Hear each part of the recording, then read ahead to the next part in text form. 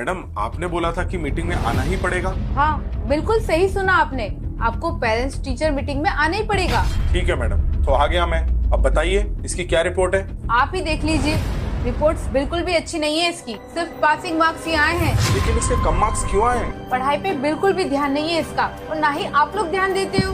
देखो मैडम, मैं और मेरी वाइफ हम दोनों वर्किंग है। एक्चुअली हमारे पास टाइम ही नहीं है। हम लोग ऑफिस जाते हैं, फिर घर के काम और फिर इसकी स्टडी भी। और आप अभी देख लीजिए, मेरी वाइफ ऑफिस में इतना बिजी है कि वो आ भी नहीं पाई। अगर आप वर्किंग है तो उसकी ट्यूशन लगवा दो ना, कम से कम ट्यूशन में पढ़ेगा तो उसका फ्यूचर तो सिक्योर होगा।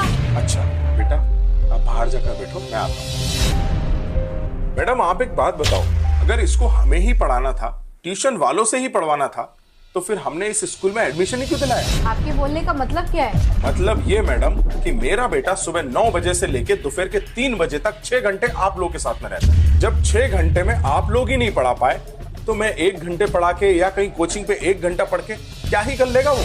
देखिए मेरा मतलब वो नहीं था।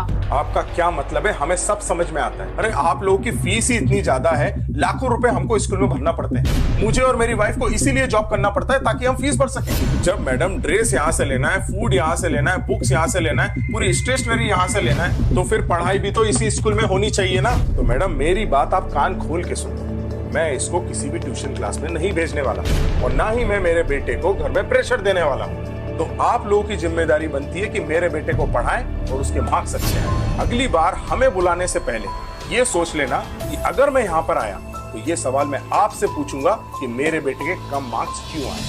सो madam, I hope you understand my point and this line is not for only my son, this is for all the students. Thank you.